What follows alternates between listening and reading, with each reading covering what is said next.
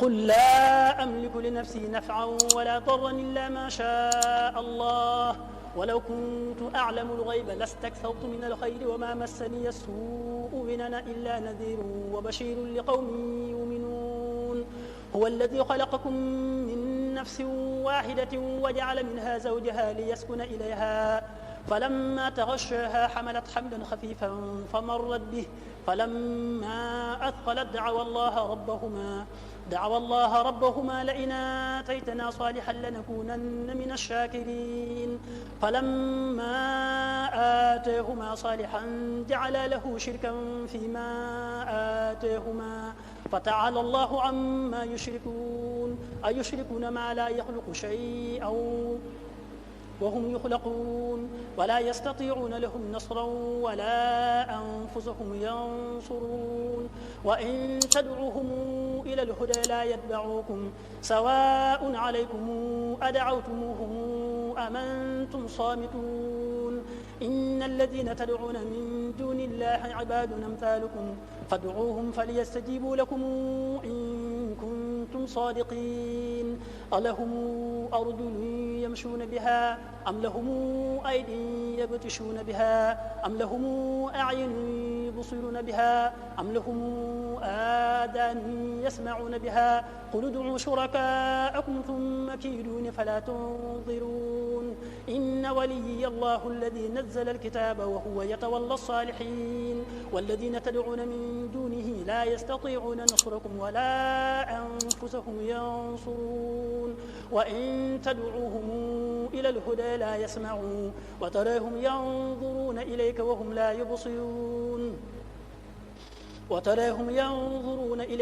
لا يبصرون خذ العفو وامر بالعرف وأعرض عن الجاهلين وإما ينزغنك من الشيطان نزغ فاستعذ بالله إنه سميع عليم إن الذين اتقوا إذا مسهم طائف من الشيطان تذكروا فإذا هم مبصرون وإخوانهم يمدونهم في الغي ثم لا يقصرون وإذا لم تأتهم بآية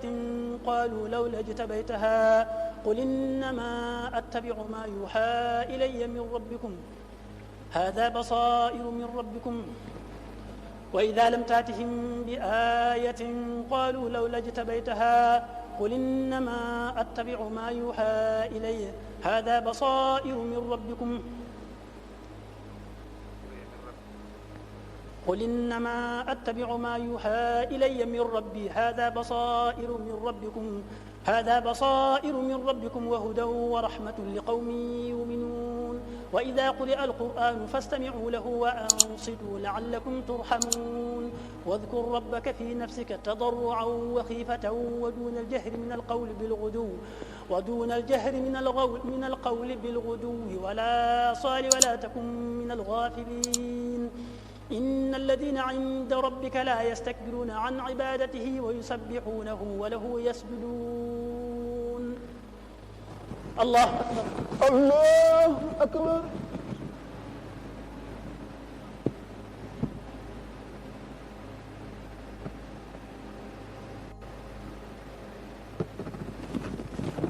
الله أكبر الله أكبر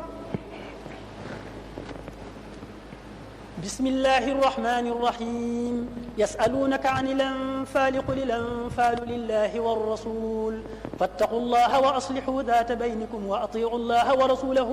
إن كنتم مؤمنين إنما المؤمنون الذين إذا ذكر الله وجلت قلوبهم وإذا تليت عليهم آياته زادتهم إيمانا وعلى ربهم يتوكلون الذين يقيمون الصلاة ومما رزقناهم ينفقون أولئك هم المؤمنون حقا لهم درجات عند ربهم ومغفرة ورزق كريم